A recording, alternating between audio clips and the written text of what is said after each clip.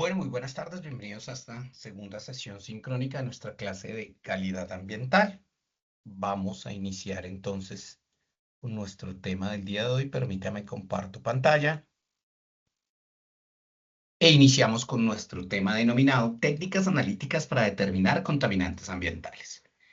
Este es un tema muy importante porque, de hecho, cuando nosotros vamos a hablar de calidad ambiental en distintos recursos, independientemente de cuál sea ese recurso, si es agua, aire o suelo, la calidad ambiental generalmente la determinamos a partir de la identificación de distintos parámetros físico-químicos o microbiológicos de ese recurso. Es decir, como lo vimos en nuestra primera sesión, pues lo que buscamos es de una población extraer una muestra y a esa muestra identificar unas características que vamos a comparar posteriormente y de esas características sacar la inferencia de todo lo que resulta en la población. Ahora bien, si estamos hablando de calidad ambiental, entonces precisamente, pues esas características son las que vamos a evaluar y los parámetros más comunes para evaluar calidad ambiental en el recurso agua, aire y suelo, pues son parámetros químicos que requieren de un análisis de laboratorio y que a partir de ese análisis de laboratorio voy a poder identificar esa característica o ese parámetro y luego poderlo comparar para determinar si el recurso tiene la calidad que se requiere o no la tiene. De allí que este sea un tema bastante importante porque a partir de esos análisis químicos realizados en esas técnicas analíticas, se va a poder determinar esa característica y ese parámetro, y a partir de ese parámetro, pues vamos a poderlo comparar y obtener lo que es la calidad del recurso. Para ello, entonces, pues necesitamos un referente conceptual y hablemos de algunas definiciones, porque finalmente lo que vamos a aplicar es la química analítica, que la química analítica es la que nos va a permitir identificar esas características en esa muestra del recurso que tomamos para poder identificar esos parámetros.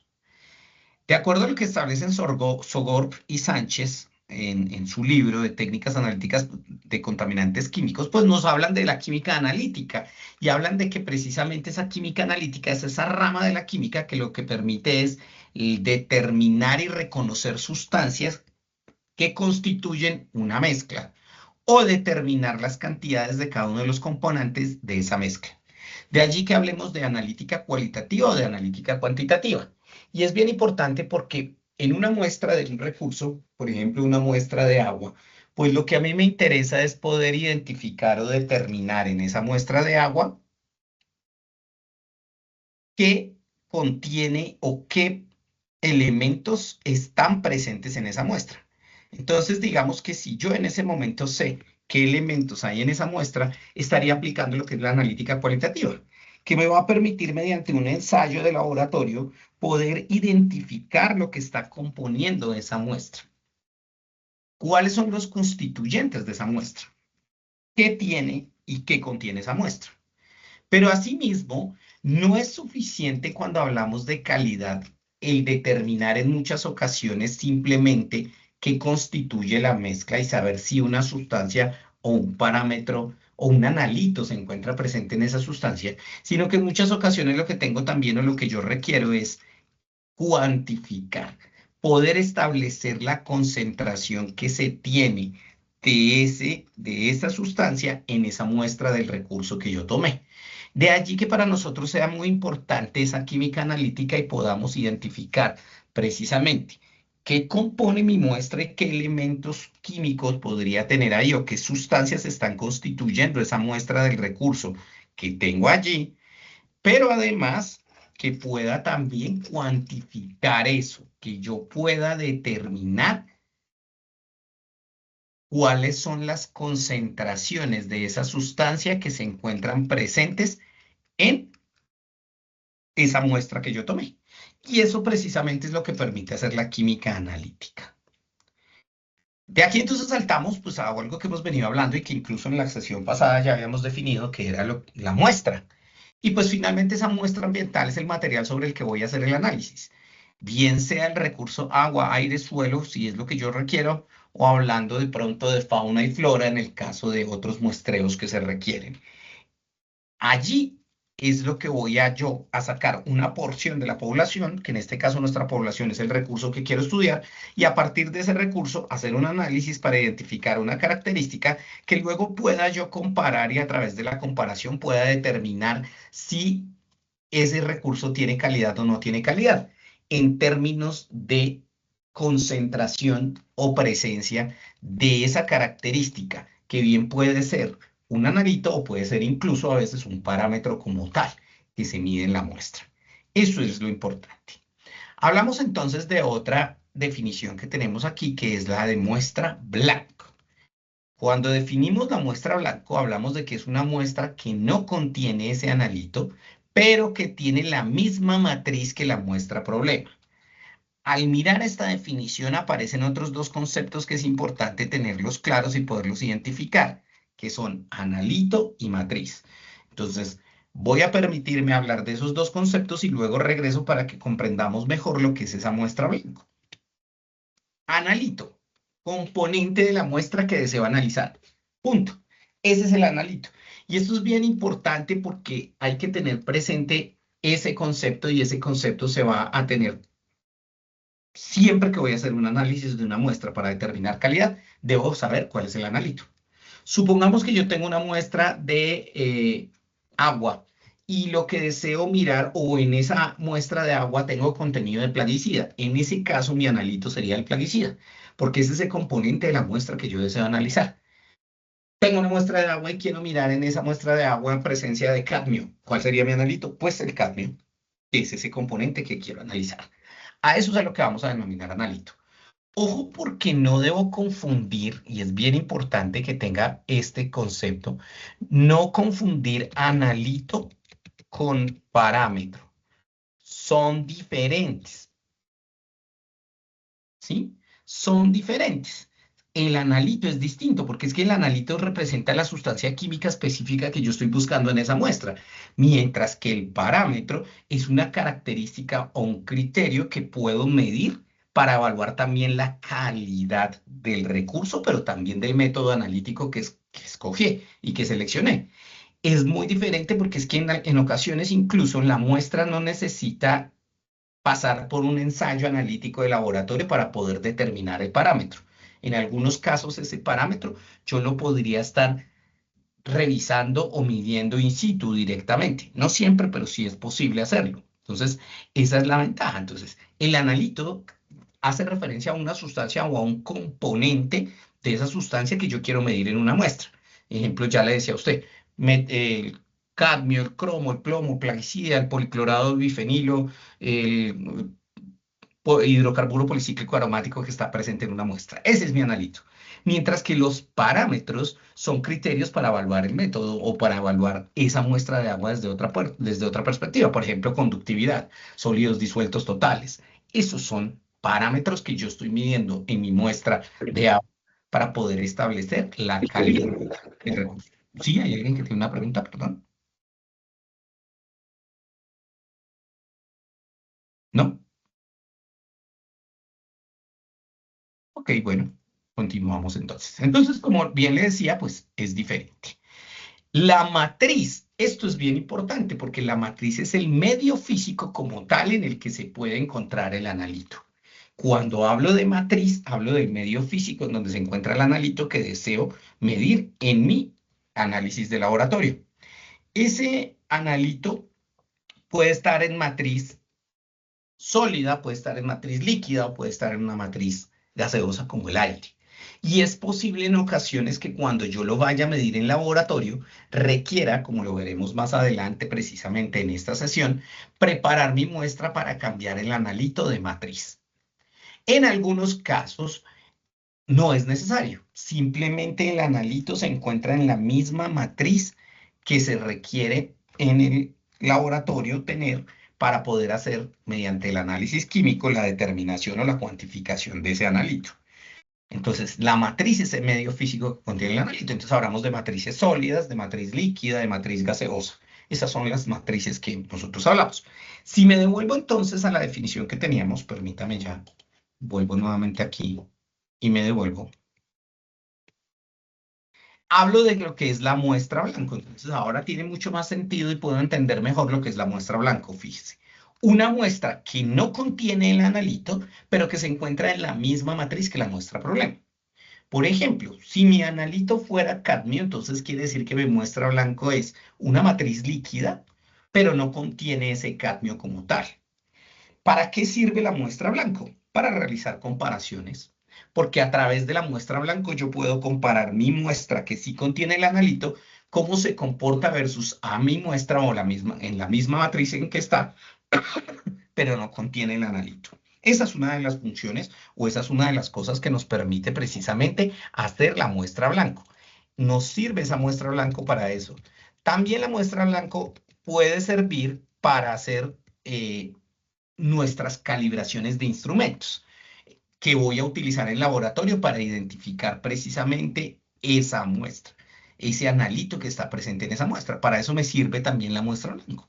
Entonces, en la calibración me va a servir. Si mi instrumento está correctamente calibrado y yo sé que esa muestra blanco no contiene el analito, pues mi instrumento deberá marcarme que no se detecta la presencia del analito y no se cuantifica.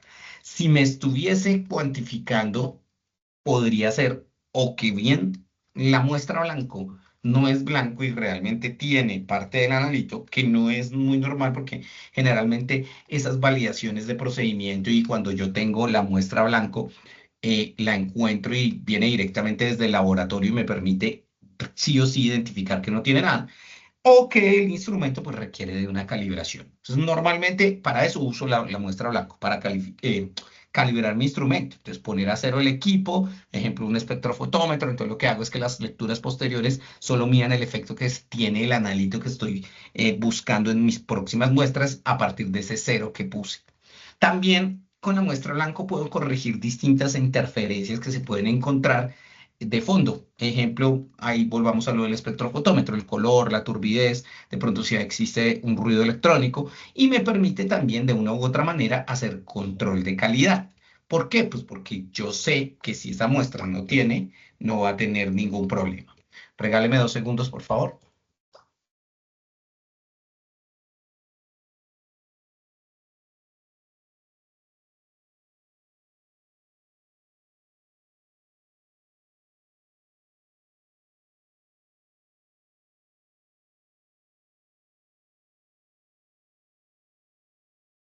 Puedo estar modificando ese control de calidad y obviamente a partir de una muestra blanco también puedo hacer o utilizarla como base de cálculo, porque yo ya sé que ahí finalmente es cuando mi analito no está presente y cómo se comporta la muestra y cuando ya lo encuentro presente en la muestra.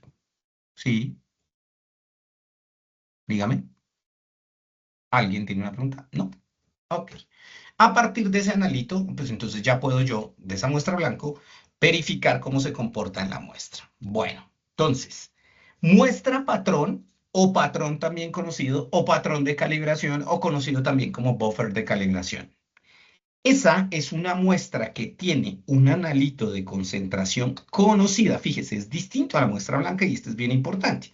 ¿Por qué? Porque él sí tiene una concentración conocida. Se conoce, se sabe cuál es la concentración de ese analito. Aquí el tema es que la muestra patrón no necesariamente tiene que estar en la misma matriz que la muestra problema. Puede estar en una matriz diferente, pero se requiere que esté en la matriz que el equipo o que el instrumento de medición en el laboratorio procesa. Y se utiliza, como su nombre lo indica, para calibrar. Entonces, ojo, también es importante tener presente que cuando hablo de una muestra blanco, si la estoy usando para calibración, debe estar en la matriz que el equipo lee.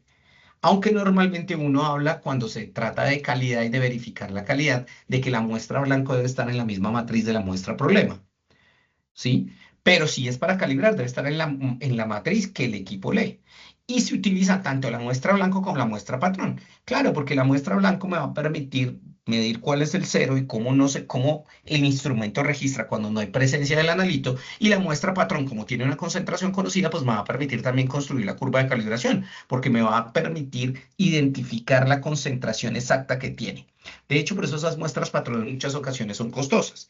En algunas ocasiones uno las puede construir, las puede elaborar, las puede preparar uno mismo en el laboratorio, pero digamos que esas preparaciones de uno mismo de las muestras patrón a veces pueden incidir directamente en lo que es el método analítico y puede generar un sesgo o un error muy grande. Normalmente lo que se hace es que el fabricante del equipo le vende a uno las muestras patrón ya y por eso son tan costosas, porque pues él garantiza efectivamente que se tiene esa concentración conocida y a partir de ella uno puede construir la curva de calibración del equipo. Entonces, con esos concepticos que acabamos de ver, ya podemos entonces adentrarnos en el mundo de la medición y de la resolución del problema analítico. Y hay unos pasos o unas fases que normalmente yo debo tener en cuenta cuando voy a resolver ese problema analítico, cuando voy a aplicar un ensayo o un método analítico en laboratorio para identificar esa presencia de ese analito. Lo primero es saber para qué necesito y qué información necesita. Y de allí, en función de esa información que necesito, deberé seleccionar ese método analítico. Eso es lo primero que tengo que hacer. Y la selección del método analítico suele ser en algunos casos un poco fácil o en otros casos compleja. En algunos casos es fácil porque finalmente, por ejemplo, la misma legislación me establece cuáles son los métodos que están validados para yo poder determinar ese analito. Eso sucede con frecuencia. Entonces, en algunos casos, la misma legislación me advierte que para determinar ciertos analitos en muestras de ambientales, de agua, aire o suelo, debo utilizar un método analítico determinado, específico, ya que ese es el método que me va a permitir tener una mejor identificación y va a ser el método más adecuado para poder determinar la presencia y la cuantificación, o sea, la química analítica y cualitativa, que me van a permitir identificar la presencia y la concentración del analito en la muestra. Eso es una ventaja. En otros casos, no está determinado por la legislación, no está determinado por la calidad, y allí es cuando yo debo verificar para qué estoy haciendo mi estudio, qué es lo que quiero conseguir con ese estudio, y a partir de qué quiero hacer con ese estudio, poder seleccionar el mejor método. Y la selección del método, pues requiere que yo tenga en cuenta unos criterios de tal manera que me permita identificar el método que mejor se acerca a lo que yo estoy realizando o lo que quiero identificar en mi muestra problema. Los dos primeros criterios que debo tener presentes y que me van a servir y me van a permitir identificar correctamente cuál es cuál es el método analítico que debo aplicar para conseguir lograr identificar la presencia y la cuantificación de ese analito en mi muestra son la precisión y la exactitud. Y bueno, estos son conceptos que yo creo que uno viene trabajando desde pregrado, pero pues que a veces de pronto se nos pasan, no los tenemos muy presentes ya, entonces por eso me gusta a mí retomarlos. Hablemos de lo que es la precisión y de lo que es la exactitud.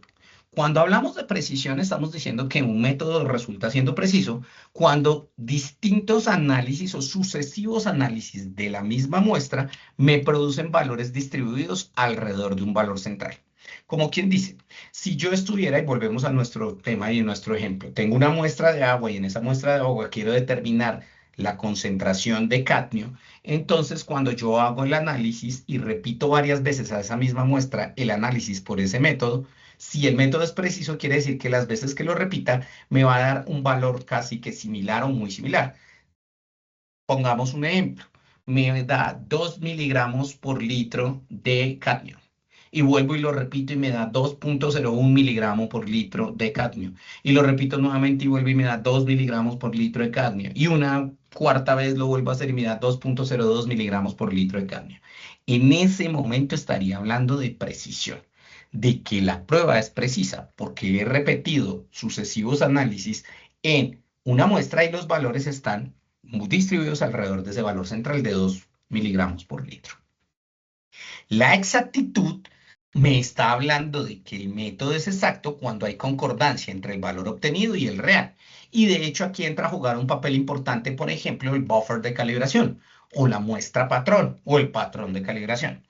Si yo conozco que esta muestra, y digamos, tuviera un buffer de calibración, y en mi buffer yo sé que en esa muestra patrón la concentración de cadmio es de 1.5 miligramos por litro, cuando aplique el método analítico y esté determinando, el equipo debería marcarme que hay 1.5 miligramos por litro de cromo. Si el método es exacto, me va a decir exactamente ese 1.5. Si el método no es exacto, podría estarme marcando 1.7, 1.8, 2, 2.3 y ahí estaría marcándome un valor y me mostraría que efectivamente ese método no tiene exactitud. Entonces, generalmente cuando nos van a explicar lo que es precisión y exactitud, lo hacen a través de un gráfico y nos ponen este ejemplo que es un clásico, pero me sigue gustando mucho porque creo que así se entiende mucho mejor, que es el de un tablero de dardos, en donde el punto rojo es el valor real que yo quiero obtener y los puntos azules que ven acá en la gráfica son los lanzamientos que yo hice del dardo. Entonces, si miro este que estoy acá señalando con el cursor que está al lado izquierdo, en este momento hice varios lanzamientos, ninguno le dio al blanco central, que era mi valor real, y entre ellos esos lanzamientos de dardo, que son los puntos azules que hay, están muy lejanos. Allí en ese momento lo que estoy mostrando es que ni hay exactitud ni hay precisión. No hay precisión porque mi valor no le dio al objetivo que era este punto rojo. Y, perdón, no hay exactitud. Y no hay precisión porque cuando lancé los dardos varias veces están muy alejados entre sí cada vez que pegan en ese tablero. Entonces aquí, esto sería algo para descartar mi método. No me sirve. No me sirve porque no tiene ni precisión ni exactitud. El siguiente gráfico que se encuentra acá al costado derecho del anterior, en este, si puedo darme cuenta, ninguno de los lanzamientos llegó al valor real. Por lo tanto, sigue sin existir exactitud en este método. Pero cuando miro, los sucesivos lanzamientos del dardo estuvieron cercanos entre sí, lo que me indicaría que sí existe precisión. Hay precisión porque sucesivos lanzamientos me dan valores distribuidos cercanos, pero no hay exactitud porque no le di al valor que le quería dar, que era este punto rojo del centro. Aquí, si bien es cierto, el método puede ser preciso, no es exacto, y si estoy analizando y determinando la presencia de un analito para evaluar calidad, pues en realidad ese método no debería seleccionarlo. No, no es un método que se recomiende porque no tiene la exactitud que requiero. En la tercera gráfica, como nos podemos dar cuenta, hay un lanzamiento que sí da en el valor central, pero los demás lanzamientos están dispersos lejanos. Aquí podríamos decir que existe precisión. No, no hay precisión. Hay exactitud, pero no hay precisión. Hay exactitud porque uno de los lanzamientos dio en el punto rojo que era el que yo quería, pero no hay precisión porque cada vez que repito el lanzamiento me da valores distintos. También debo descartar el método porque no me sirve. Tiene algo de exactitud, pero no es preciso y necesito ambas para poderlo seleccionar. Lo ideal que es que el método tenga los dos, precisión y exactitud. Y aquí en la gráfica me puedo dar cuenta. Repito, los lanzamientos están cercanos entre sí y cuando miro dan en el valor real. Entonces, ahí es lo primero que debo tener en cuenta cuando vaya a seleccionar un método, la precisión y exactitud. El método debe ser preciso y exacto. Si el método no es preciso y no es exacto, o, o tiene uno y el otro no, es un método que debo descartar y no debo seleccionarlo para determinar la presencia de mi analito en la muestra problema que yo requiero. El siguiente criterio que se debe utilizar o que se suele utilizar para poder identificar y seleccionar mi método analítico, recuerden, me voy a volver acá, recuerden que estamos acá en estos pasos de resolución del problema analítico y estamos en el primer paso, que es la selección del método. Es muy importante porque ahorita hablaremos de esto. De la selección del método analítico va a depender que yo pueda aplicar los siguientes pasos. Ya me devolveré y hablaremos al respecto. El segundo criterio clave es la especificidad. ¿Y a qué hace referencia la especificidad? La especificidad hace referencia, precisamente esa especificidad hace referencia a que cuando yo repita varias veces,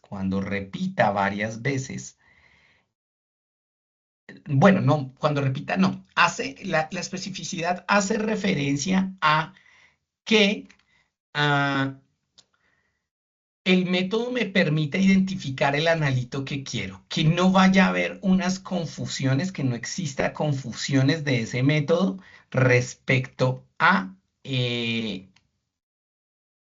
otras interferencias que vaya a haber.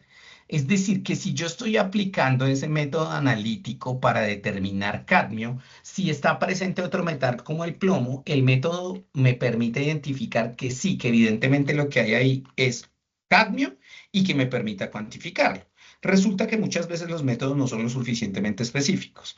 Puede tener buena precisión y exactitud, pero no especificidad. Me explico. Si existe otro metal pesado, como digamos el plomo, si hay algo de cromo, el método puede confundir el plomo y el cromo con el cadmio y me podría estar mostrando que hay presencia de ese elemento, pero me podría también estar hablando de una concentración. Pero posiblemente la concentración que me está mostrando puede ser de plomo o de cromo y no realmente del cadmio, que es el que yo estoy evaluando. Ahí querría decir que mi método no es lo suficientemente que específico. Y yo necesito que sea específico, porque si no es específico, ese método no me va a permitir identificar el analito, que es el que yo necesito tener presente. Ese es el problema. Entonces, debe ser lo suficientemente específico. Eso es muy importante. Es importante tenerlo presente. Entonces, la especificidad es clave porque necesito que identifique solo ese analito, que elimine las interferencias que hay. Si un método no tiene la especificidad, podría estarme confundiendo porque no estaría aplicando realmente la química analítica perdón, la analítica cualitativa, que es el que me permite identificar cuáles son los componentes de la mezcla que estoy viendo. Y eso es lo que debe tenerse presente. Entonces, por eso es una característica también importante. Entonces, digamos que en este momento ya hemos analizado dos características, bueno, tres, la precisión y la exactitud, pero que ambas van ligadas y por eso las tenemos como un ítem, la especificidad, que es la otra, y la que sigue también es importantísima, que es la reproducibilidad. La reproducibilidad del método estará haciendo referencia a que cada vez que yo repita ese método, así sea en momentos diferentes, el resultado debe ser el mismo. Siempre debe ofrecerse el mismo resultado, incluso si lo hago en laboratorios diferentes. Pareciera que no es importante, pero existen métodos analíticos que son muy sensibles y cuya reproducibilidad, por ejemplo, varía en función de condiciones como la altitud, la temperatura y la presión atmosférica. Entonces, podría ser que este método es muy bueno cuando yo lo aplico a condiciones sobre el nivel del mar, en una ciudad como Cartagena, Barranquilla, Santa Marta, pero que cuando lo aplico en una condición de altura y con otras condiciones de temperatura, como en la ciudad de Bogotá, el método no funciona de la misma manera. Querría decir que el método no se puede reproducir fácilmente y ahí estaríamos hablando de que nuestro método pues no debería ser seleccionado o si lo voy a aplicar, debería conocer por lo menos esas limitaciones e interferencias que tiene de reproducibilidad para saber si en el lugar donde lo estoy aplicando existen sesgos a la hora de determinar tanto la presencia del analito como cuantificar ese analito. Allí debería yo cambiar y eso es lo que debería yo tener presente. Entonces, a eso hacemos referencia cuando hablamos de la reproducibilidad del método, que es el otro criterio que debo tener en cuenta.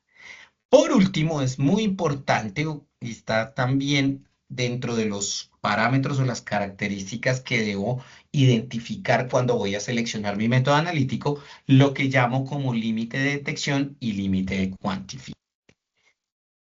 Y para ello me voy a permitir abrir el tablero, ya le comparto para que con el tablero podamos identificar precisamente y entender a qué hace referencia esa eh, límite de cuantificación y es el límite de detección. Ok. Supongamos que tenemos dos técnicas. Una técnica A y una técnica B. Aquí las tengo en el tablero y la debe estar observando usted en pantalla. Supongamos que el analito que deseo identificar tiene en la muestra, existe una concentración de 1,5 miligramos por litro. Yo no lo sé, ¿sí? Es decir, no sé que esto existe, pero esa muestra tiene eso. Entonces yo voy a seleccionar un método que me permita identificar la presencia del analito, pero que también me permita cuantificarlo. Entonces, tengo dos métodos. La técnica A, que tiene un límite de detección, voy a ponerlo acá como el límite de detección, un límite de detección de 2 miligramos por litro. Fíjese, 2 miligramos por litro. Y una técnica B, cuyo límite de detección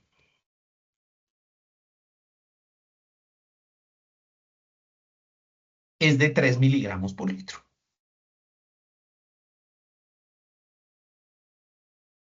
Ese es mi límite de detección de mi técnica B. Si yo seleccionara la técnica A para identificar la presencia del analito, ¿qué va a pasar? Fíjese, mi límite de detección es 2 miligramos por litro. Entonces, ¿a qué hace referencia el límite de detección? Es el valor que requiere tener de concentración la muestra de mi analito para que ese método en laboratorio me permita identificar la presencia de ese analito en la muestra. Como quien dice, si yo tengo un valor como este de 1.5 miligramos por litro, esta técnica A tiene un límite de detección de 2 miligramos por litro, la técnica no me va a permitir identificar que este analito está presente en mi muestra. Y esta tampoco, porque incluso tiene un límite de detección mucho más alto. No me permite. Entonces, ninguna de las dos técnicas me serviría porque el valor de concentración que tengo en mi muestra está por debajo del límite de detección de ambas técnicas. Ahí es cuando el laboratorio nos reporta en muchas ocasiones, no nos reporta un cero absoluto. Y fíjese usted, y es importante tener presente eso cuando estamos hablando de analitos. El laboratorio no debería reportar un cero. Y hay laboratorios que lo hacen y no está bien. El laboratorio lo que me debe reportar a mí es un no detectado. ¿Qué quiere decir? Que la concentración del analito está por debajo del límite de detección de la técnica que usó el laboratorio para determinar su presencia en la muestra. Eso es lo que habla y a eso se refiere el límite de detección. Ahora bien, supongamos lo siguiente. Supongamos que realmente la concentración del analito sería de 2.5 miligramos por litro. Si yo selecciono la técnica B, grave, esa técnica tiene un límite de detección de 3 miligramos. Como su límite de detección es mayor, con la técnica B voy a seguir sin poder identificar la presencia del analito en la muestra. No me sirve esa técnica por eso. Mientras que si seleccionara la técnica A, claro que me permitiría identificarlo y podría yo ya saber que con 2.5 miligramos por litro está presente el analito en la muestra, porque de hecho la concentración de mi analito está por encima de la del límite de detección de la prueba. Sin embargo, no podría determinar su concentración porque el límite de cuantificación de esta prueba ¿es distinto al de qué? Es distinto al de detección. Fíjese que mi límite de cuantificación en esta prueba es de 4 miligramos por litro. Entonces, ¿qué significa el límite de cuantificación? El valor más bajo al cual esa técnica me va a permitir tener un valor numérico, es decir, la, el análisis cuantitativo, ¿sí? La química cuantitativa y poder determinar la concentración. Entonces, mi técnica A me permite identificar el analito, pero no me va a decir en qué concentración está porque está en una concentración que está por debajo del límite de cuantificación. Mi técnica B sigue siendo una técnica que no me serviría para esa muestra porque ambos límites, tanto el de detección como el de cuantificación, tienen el mismo valor y están por encima del valor que tengo de concentración en mi muestra. Pero, ¿qué pasaría si yo tuviera el siguiente valor? 3.5 miligramos por litro. Si detecto mi técnica A, utilizo mi técnica A, mi técnica me va a permitir identificar que existe el analito, pero no me va a permitir identificar o cuantificar más bien, no me va a permitir determinar la concentración de ese analito.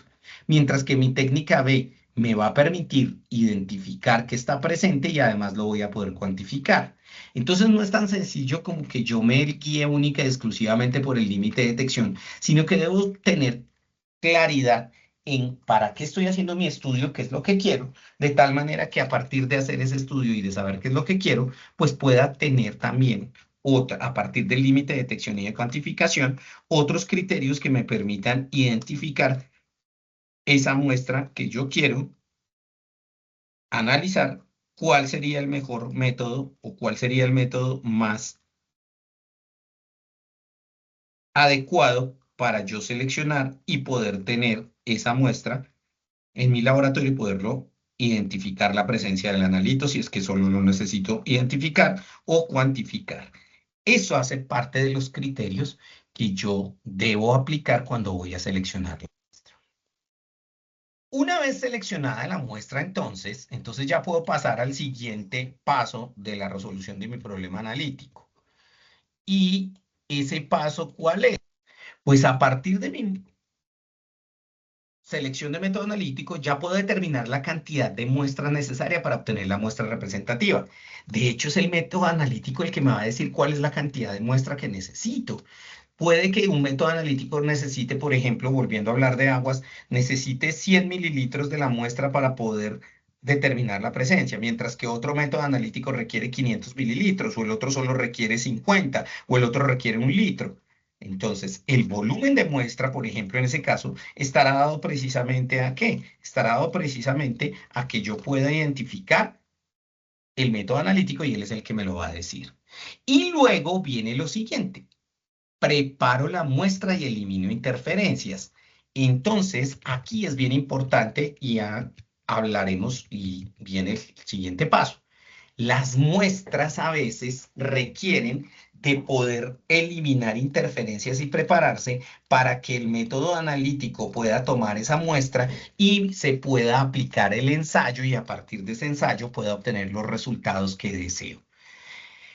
Las dos técnicas de preparación de muestras más comunes que hay son la solubilización y la extracción. La solubilización más sencilla que hay, pues fácil. ¿Cómo solubilizo fácilmente yo un sólido en un líquido? Pues o lo caliento o lo agito. ¿Listo? Eso es lo más sencillo. Sin embargo, no siempre es tan sencilla la preparación de muestras y esa solubilización no siempre se puede hacer simplemente calentando o agitando. Entonces pasamos a otras técnicas que debemos utilizar para poder hacer esa solubilización, como la digestión. La digestión consiste en poner ese sólido con ayuda de distintas sustancias, en algunos casos ácidos, bases de diferentes fuerzas, agentes oxidantes o enzimas, para lograr que ese sólido se solubilice y quede en una matriz líquida. Hablamos de 4 tipos que son los más comunes que se utilizan en el laboratorio de digestiones. Digestión por vía húmeda, digestión por vía seca, digestión por fusión o digestión enzimática o proteolítica. En la digestión por vía húmeda, pues pongo mi muestra en contacto con un ácido fuerte o una base fuerte y lo que voy a buscar precisamente es esa solubilización. Los ácidos que se utilizan suelen ser clorhídrico al 38%, nítrico al 70%, fluorhídrico al 49%, perclórico al 70%, sulfúrico al 98.3% y la base fuerte que más se utiliza es el hidróxido sódico. ¿Para qué se usan? Pues para distintas cosas, sobre todo con metales, sílice y silicatos presentes en muestras de agua. En muchos casos incluso se utiliza la digestión para destruir la materia orgánica y eliminar esa interferencia.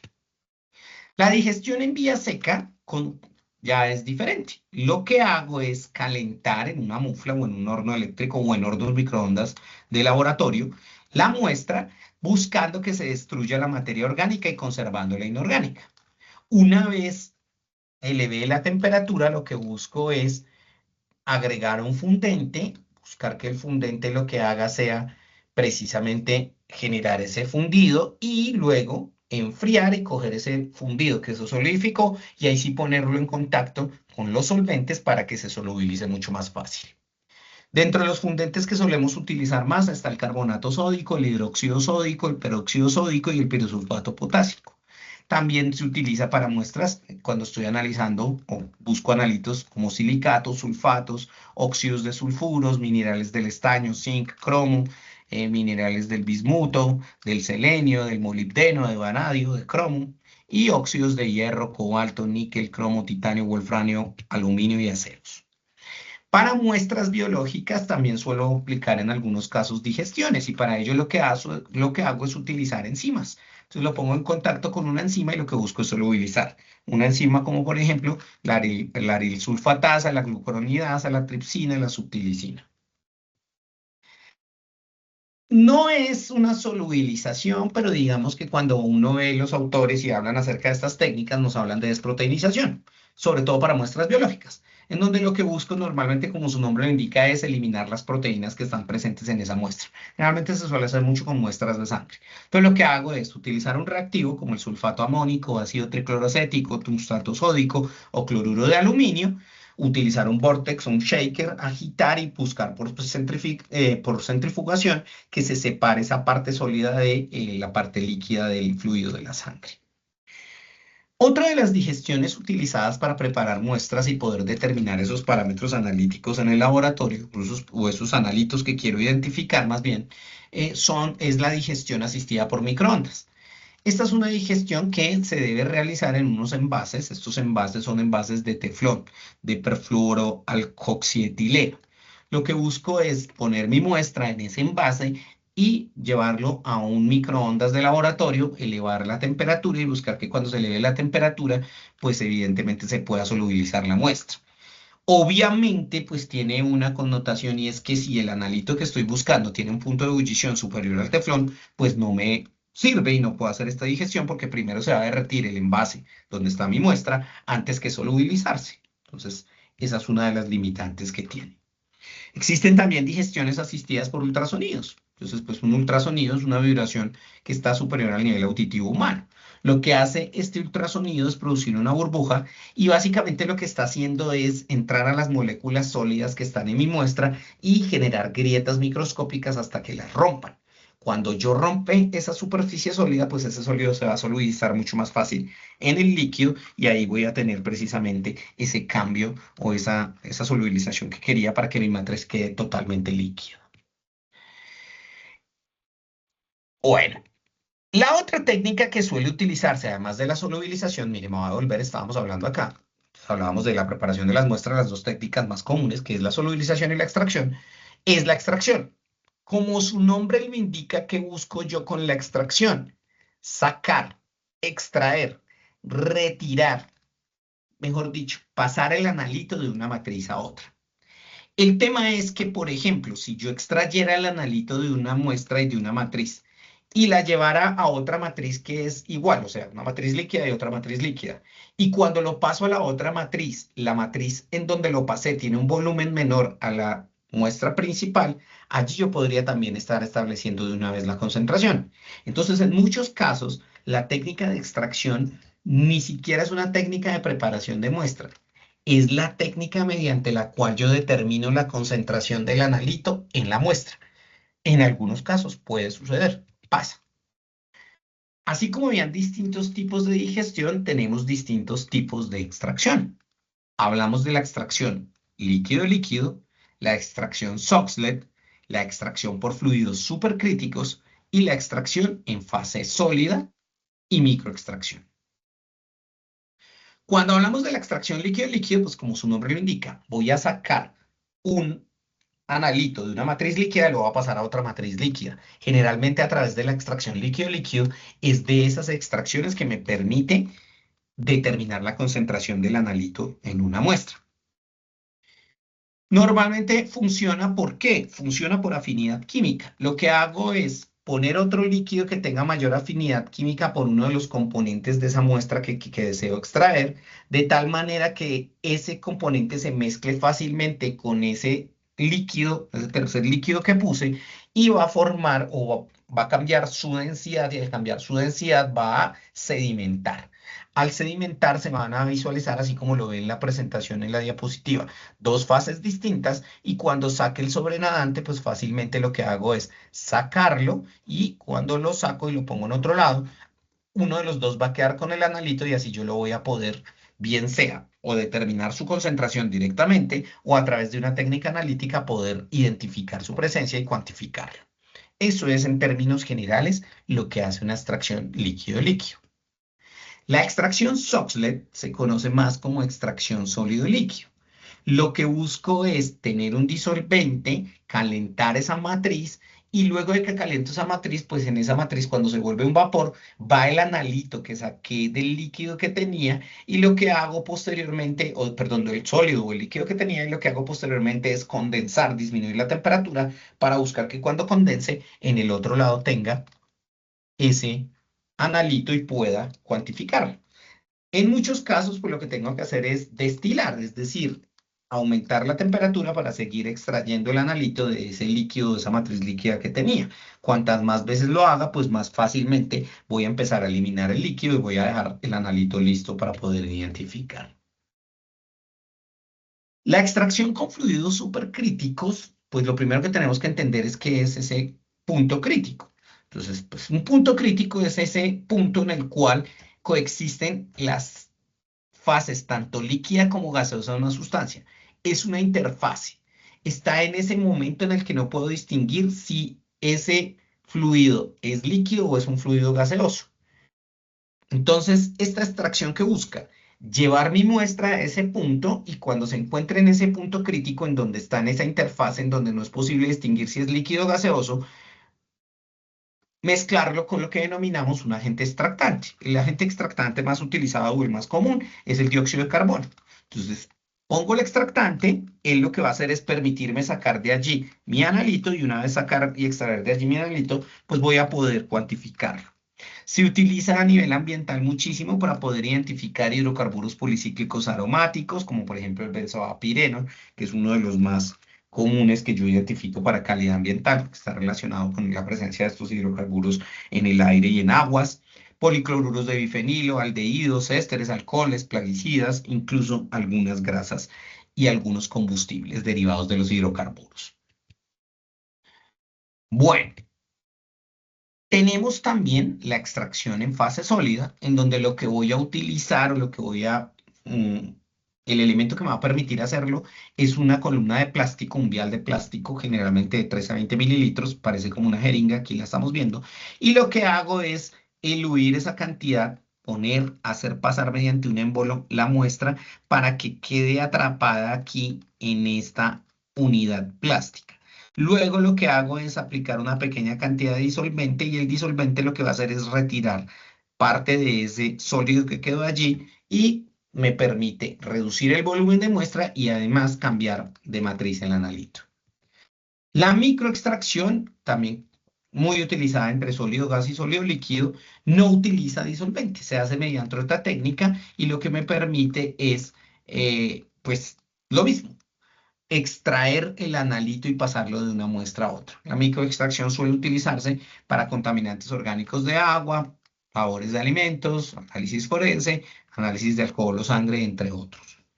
Y esas son las técnicas para preparación de muestras y eso es lo que quería mostrarles a ustedes el día de hoy en nuestra clase respecto a esas técnicas analíticas para identificar los contaminantes. Como bien le digo, es muy importante. ¿Por qué? Porque finalmente yo lo que voy a hacer no solo es identificar la presencia de un analito en una muestra, sino además cuantificarla. Y a partir de eso puedo dirigirme, bien sea a la legislación, en el caso colombiano, por ejemplo, cuando hablamos de aguas, pues hay unos parámetros establecidos que me permiten identificar si tiene calidad el recurso o no y dependiendo de qué tipo de calidad estoy buscando. Por ejemplo, si estoy hablando de una muestra de agua potable o si estoy hablando de una muestra de agua residual. En otros casos no están legislados, pero a nivel internacional tenemos unos valores de referencia que nos permiten identificar la calidad del recurso. De tal manera que por eso es importante tener presente que yo lo que debo hacer es tomar una muestra y a partir de esa muestra identificar una característica que posteriormente lo que voy a hacer es comparar contra unos valores y esos valores son los que me van a permitir identificar la calidad ambiental del recurso. De allí que sea importantísimo tener presente cuál es la técnica analítica que se aplica y esa técnica si es la adecuada o no. Va a variar en función de para qué estoy haciendo y qué tipo de calidad estoy evaluando. Y esto hay que tenerlo presente. Esto ha sido todo por hoy. Muchas gracias por su tiempo. Espero verlos en la próxima sesión. No sé si alguien tenga alguna pregunta. Si no, pues daremos por terminada nuestra sesión del día de hoy.